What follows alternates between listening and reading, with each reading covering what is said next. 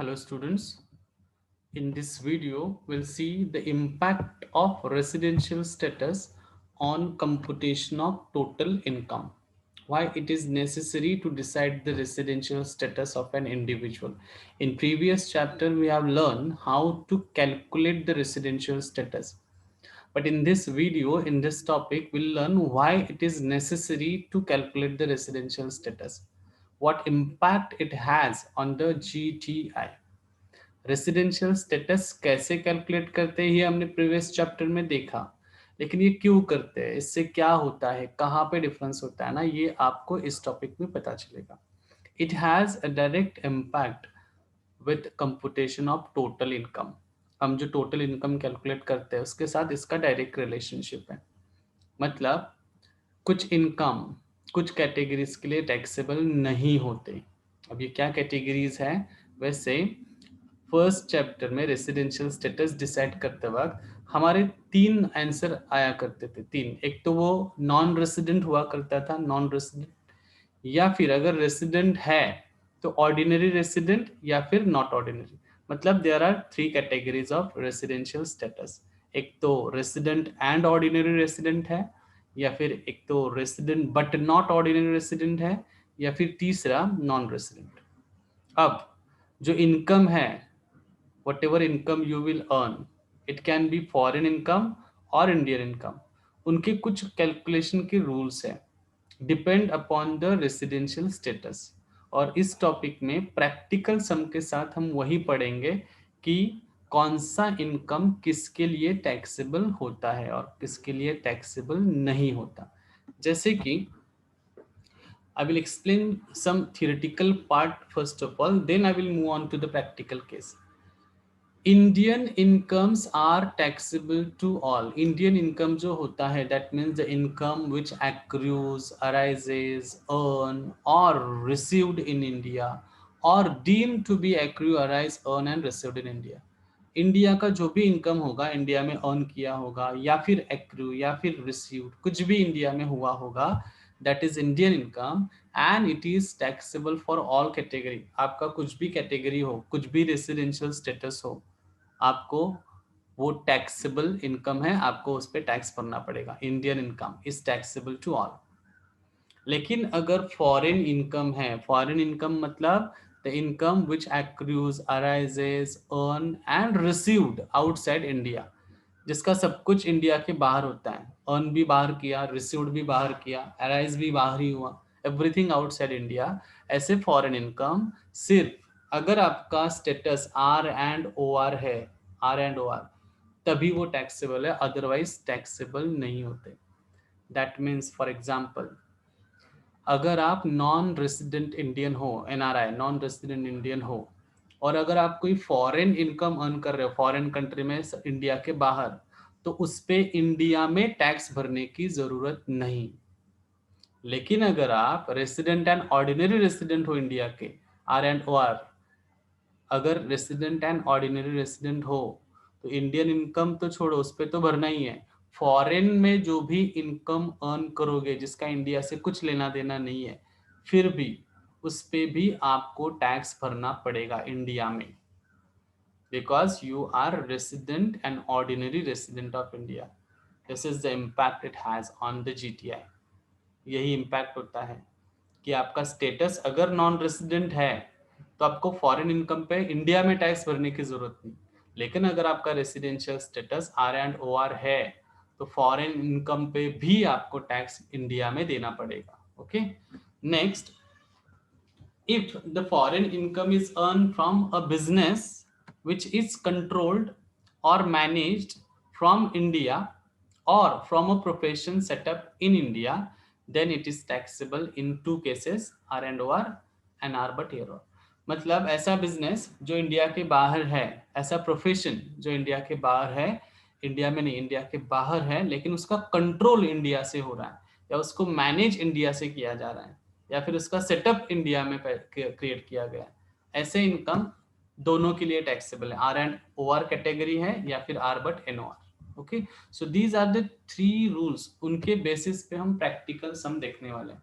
Indian income सबके लिए taxable, foreign income सिर्फ एक के लिए टैक्सेबल, और foreign income is from business जिसका कंट्रोल इंडिया में है, वो 2 कॉलम में आता है। Okay, few other things are also there, जैसे कि पास्ट अनटैक्स प्रॉफिट आपको कभी कभी क्वेश्चन में दिया जाता है, which is not taxable anywhere, कहीं भी वो नहीं आता, past untaxed profit brought to India. And one more, this is also important, dividend from Indian company, income from agriculture and sorry, agriculture land in India are exempted income, not taxable anywhere. Dividend from Indian company exempt है, मतलब not taxable under section 10 subsection 34, और income from agriculture वो भी under section 10 subsection 1 exempt है। Exempt का मतलब वो कई टैक्सेबल नहीं होते, उन पे आपको टैक्स नहीं देना है। सो कभी कभी हमारे क्वेश्चन में ये भी दिया जाता है, तो you have to keep this in mind. बाकी सब हम डिसाइड करेंगे इस बेसिस पे, फर्स्ट 3, तीनों में, 2 में, 1 में, वटेवर, लेकिन ये 2 पॉइंट याद रखना जो कहीं नहीं आते, किसी भी कॉलम में नहीं लिखना है क्योंकि वो टैक्सेबल है। ओके, नाउ हम प्रैक्टिकल सम देखते हैं इन रूल के ऊपर based, scope of total income के लिए। So this is the first case. I will read the question first. From the following information of Mr. Vijay, for the previous year ended 31st March 20, compute the gross total income for the assessment year if he is, अगर विजय, 3 case दिया उन्होंने, resident and ordinary resident है तो उसका income क्या होगा, अगर Vijay resident but not ordinary resident है तो उसका इनकम क्या होगा, और अगर विजय नॉन रेसिडेंट है तो उसका इनकम क्या होगा। तो हमें पता चलेगा तीनों स्टेटस में कितना डिफरेंस आता है उसकी इनकम में। Okay, so this is the question. Okay, अब मैं ये क्वेश्चन पूरा नहीं पढ़ रहा हूं क्योंकि मेरा जो सॉल्यूशन होगा, solution you can see over here, computation of total income of mister Vijay, मेरा सॉल्यूशन यही होगा। यही सब कुछ मैंने यहाँ पे कॉपी पेस्ट किया है विथ नो वर्ड चेंज, इसीलिए मैंने ये पढ़ा भी नहीं, एज इट इज। देखो, first transaction, second transaction, third, fourth, 8 as it is लिखना है। सिर्फ हमें डिसाइड क्या करना है about this amount, whether it is taxable to all category या 2 कैटेगरी या 1 कैटेगरी, बस हमारा यही काम है। ये अमाउंट यहाँ पे एक कॉलम में लिखना है, 2 कॉलम में लिखना है, या तीनों में लिखना है, या लिखना ही नहीं है, exempt, that we have to decide. Okay, otherwise solution देखो, जो क्वेश्चन है वही सॉल्यूशन यहाँ पे छापना है, कुछ भी बीइंग जैसे नरेशन लिखते हैं अकाउंट में वैसे भी लिखने की जरूरत नहीं। ओके, सिर्फ एज इट इज स्टेटमेंट लिखो और डिसाइड करो whether this amount to be return in first column या फर्स्ट 2 कॉलम या फर्स्ट 3 कॉलम। तो उसका रूल क्या है, अगर इंडियन इनकम है, इंडियन इनकम है तो I will write in all 3 columns, तीनों कॉलम में आएगा। और अगर फॉरेन इनकम है जिसका इंडिया से कुछ लेना देना नहीं, इंडिया के बाहर फॉरेन इनकम है, तो just in the first column, सिर्फ पहले कॉलम में आएगा। और फॉरेन इनकम का कंट्रोल इंडिया में है तो वो 2 कॉलम में आएगा, कंट्रोल इंडिया में है तो। Let's read, income from business in Dubai, India के बाहर है, फॉरेन, कंट्रोल भी लंदन में है, मतलब इंडिया के बाहर, इंडिया में कुछ नहीं है। कंट्रोल बेसिस पे 2 कॉलम में मैंने बोला, लेकिन वो क्या था, कंट्रोल इन इंडिया होगा तो। ये देखो, बिजनेस दुबई में है, कंट्रोल लंदन से हो रहा है, सब कुछ इंडिया के बाहर, इसका मतलब इट इज फॉरेन इनकम, और फॉरेन इनकम सिर्फ फर्स्ट कॉलम में आएगा 50,000, बाकी 2 कॉलम में डैश। जो फॉरेन इनकम है मतलब इंडिया के सब कुछ बाहर, कुछ भी इंडिया में नहीं हुआ, just in the first column. Same way read the second, rent from house in UK received in spend, यहाँ पे कहीं पे इंडिया है, कुछ इंडिया में हुआ है, नथिंग हैपन्स इन इंडिया, इसका मतलब it is also foreign income, और ये सिर्फ किसे टैक्सेबल है, आर एंड ओ आर के लिए, बाकी किसी के लिए भी टैक्सेबल नहीं है, बाकी dash dash. Third is interesting, income earned in New Zealand in the past but brought to India during the current previous year. ये past untaxed profit brought to India है, जो मैंने notes में अभी बताया कि past untaxed profit, पिछला कोई profit अगर लेके आओगे तो वो कहीं भी taxable नहीं होता। Past untaxed profit brought to India is not taxable anywhere, यहाँ पे भी dash ही आएगा। Fourth, dividend from German company received in London, यहाँ पे भी देखो इंडिया नहीं है। हाँ, डिविडेंड इंडियन कंपनी का होता ना तो वो एग्जेम्प्ट होता है इंडियन कंपनी का, ये जर्मन कंपनी मतलब ये आएगा, लेकिन कितने कॉलम में आएगा, सिर्फ फर्स्ट। क्यों? क्योंकि यहाँ पे कुछ भी इंडिया में नहीं हुआ। अगर रिसीव्ड इंडिया होता, कुछ तो होता, तो मैं तीनों कॉलम में लिखता। सी यहाँ पे एक पॉइंट याद रखना, डिविडेंड फ्रॉम इंडियन कंपनी वो कंप्लीटली एग्जेम्प्ट होता है। डिविडेंड फ्रॉम इंडियन कंपनी, जैसे ये पास्ट अनटैक्स प्रॉफिट कहीं नहीं आता, वैसे डिविडेंड फ्रॉम इंडियन कंपनी है ना, कहीं नहीं आता। लेकिन ये कौन सा कंपनी है, जर्मनी, तो ये आएगा। सिर्फ हमें देखना है कितने कॉलम में, एक ही कॉलम में, क्योंकि इंडिया में बाकी कुछ नहीं हुआ। जैसे कि रिसीव्ड इन इंडिया दिया होता, रिसीव्ड इन इंडिया, तो मैं तीनों कॉलम में लिखता, रिसीव्ड इंडिया में। Okay, so I am repeating, dividend Indian company का है तो कहीं मत लिखो, किसी और कंपनी का है तो लिखो। उसमें सिर्फ देखना है इंडिया है या नहीं। इंडिया है तो 3 कॉलम, इंडिया नहीं है तो फर्स्ट कॉलम, बाकी सब डैश।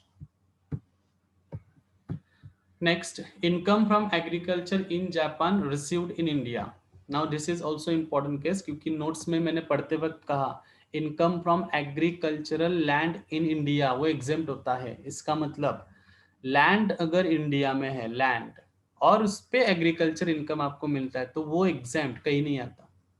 लेकिन अगर आप किसी और कंट्री के लैंड पे एग्रीकल्चर इनकम लेते हो तो वो टैक्सेबल है, वो यहाँ पे आएगा। जैसे कि ये एग्रीकल्चर इनकम जापान का था ना, जापान का है, इंडिया का नहीं है, जापान का है, तो टैक्सेबल। अब कितने कॉलम में, तीनों कॉलम में, क्योंकि वो रिसीव्ड इंडिया में है। रिसीव्ड भी अगर बाहर होता तो मैं एक ही कॉलम में लेता। जैसे कि ये देखो, डिविडेंड रिसीव्ड बाहर था इसलिए सिर्फ एक कॉलम, इंडिया में कुछ नहीं हुआ। ये देखो, ठीक है, फॉरेन इनकम है, जापान से इनकम मिला एग्रीकल्चर का, लेकिन रिसीव्ड कहाँ पे हुआ, इंडिया में। आई रिपीट, इंडिया में कुछ भी हुआ होगा, received, earn, accrue, arise, received, कुछ भी, वो इंडियन इनकम होता है और वो तीनों कॉलम में आएगा। अब तीनों कॉलम का मतलब ये नहीं है किसी फिफ्थ ट्रांजैक्शन 90,000 अमाउंट, तीनों कॉलम मतलब तीनों में वन थर्ड करना है, नहीं, जो अमाउंट है वही लिखना है, 90-90। तीनों का मतलब आपको डिस्ट्रीब्यूट नहीं करना है, जो है वो तीनों में। तीनों में क्यों? क्योंकि ये इंडियन इनकम है। कैसे पता चला मुझे, रिसीव्ड इन इंडिया। फोर्थ और फिफ्थ ट्रांजैक्शन के बारे में मैं फिर से बता देता हूँ, क्योंकि मैंने जो नोट्स आपको दिखाया उसमें एग्जेम्प्ट वाला पार्ट है। क्या था, डिविडेंड इंडियन कंपनी का है, या फिर income from agricultural land in India, ये एग्जेम्प्ट होते हैं तो कहीं नहीं आते, तीनों में डैश। लेकिन ये वो है नहीं, ये डिविडेंड किसका है, इंडियन कंपनी का नहीं है, जर्मन कंपनी। ये एग्रीकल्चर कहाँ पे है, जापान में, इंडिया में नहीं है। इंडिया में एग्रीकल्चर करोगे तो वो इनकम एग्जेम्प्ट होता है, ये तो जापान का एग्रीकल्चर है, तो ये टैक्सेबल। सिर्फ मुझे डिसाइड क्या करना था, 3 कॉलम या 2 कॉलम। यहाँ पे मैंने डिसाइड किया क्योंकि ये बाहर था, एक ही कॉलम, फॉरेन इनकम। ये देखो, रिसीव्ड इंडिया में है इसलिए इंडियन इनकम, तीनों column. See the next, royalty from a company in Indonesia received in Russia. यहाँ पे देखो, इंडिया है कहीं पे नहीं, इसका मतलब only first column, foreign income. Then interest credited to ISBI bank New York branch, यहाँ पे भी इंडिया नहीं है, जस्ट फर्स्ट कॉलम। जहाँ पे इंडिया नहीं दिखाई देगा वहां पे सिर्फ एक कॉलम। लेकिन लास्ट में देखो, income from profession in Bhutan received in Bhutan, profession was setup in India. Setup in India मतलब ये कंट्रोल कहाँ से हो रहा है, इंडिया से, और कंट्रोल बेसिस पे ये 2 कॉलम में अमाउंट आएगा। इनकम फ्रॉम बिजनेस जो आउटसाइड है बट कंट्रोल कहाँ से हो रहा है, इंडिया से, या फिर सेटअप उसका इंडिया में है, ऐसे अमाउंट कहाँ पे लिखते हैं, 2 कॉलम में, तीसरे कॉलम में नहीं आएगा।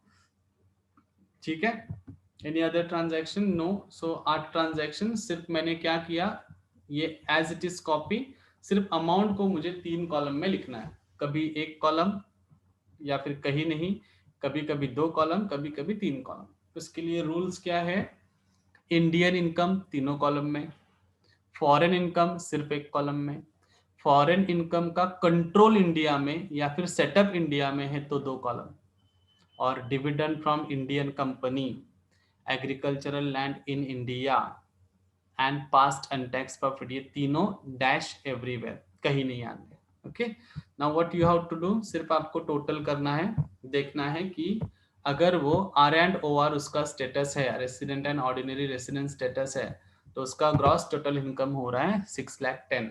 मतलब 6,10,000 पे उसको इंडिया में टैक्स भरना पड़ेगा। लेकिन यही अगर स्टेटस उसका आर बट एनओआर है, पहले चैप्टर में हमने यही डिसाइड किया ना कि उसका स्टेटस क्या है। अब उसके स्टेटस से अकॉर्डिंग देखो इम्पैक्ट कहाँ पे हो रहा है। अगर आर एंड एनओआर है, आर बट एनओआर, तो सिर्फ 2,10,000 पे वो इंडिया में टैक्स भरेगा, 6,10,000 पे नहीं भरेगा। अगर उसका स्टेटस ऑर्डिनरी रेसिडेंट है तो 6,10,000 पे, नॉट ऑर्डिनरी है तो 2,10,000 पे, और अगर नॉन रेसिडेंट है तो वो सिर्फ 90,000 पे टैक्स करेगा। That's the difference. See huge difference is there. अगर एनआर है तो सिर्फ 90,000 पे टैक्स भरना है उसको, और अगर ऑर्डिनरी रेसिडेंट है तो 6,10,000 पे भरना है, राइट। बहुत बड़ा डिफरेंस है। That's it. तो यही है ये topic, scope of total income, जिसमें हम अमाउंट को 3 कॉलम में सिर्फ आपको लिखना है। सिर्फ उसका रूल याद रखना, इंडियन इनकम तीनों कॉलम में, फॉरेन इनकम फर्स्ट कॉलम में, फॉरेन इनकम का कंट्रोल, मैनेजमेंट या सेटअप इंडिया में है तो 2 column, and last past untaxed profit, dividend from Indian company and income from agriculture in India। ये चीजें हम कहीं नहीं लिखेंगे, everywhere dash will be recorded। So thanks for the listening and I hope you have understood this।